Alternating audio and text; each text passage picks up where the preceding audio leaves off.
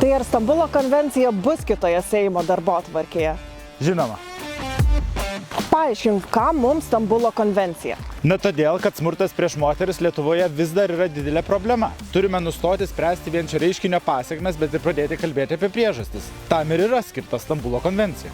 Ar Stambulo konvencija yra apie 100 lyčių ir jos ratifikavimas kažką pakeis mūsų kasdienybėje? Tai yra tiesiog kliedesiai, kuriuos naudoja Agnė Širinskienė ir jo panašus. Stambulo konvencija kalba apie 2 lytis ir yra skirta spręsti smurto prieš moteris problemai. Kodėl Ukraina nusprendė ratifikuoti Stambulo konvenciją? Nes Rusija jos niekada neratifikuotų. Laisvojo pasaulio kova prieš tironijas prasideda ne apkasuose, o kiekvieno iš mūsų kasdienybėje.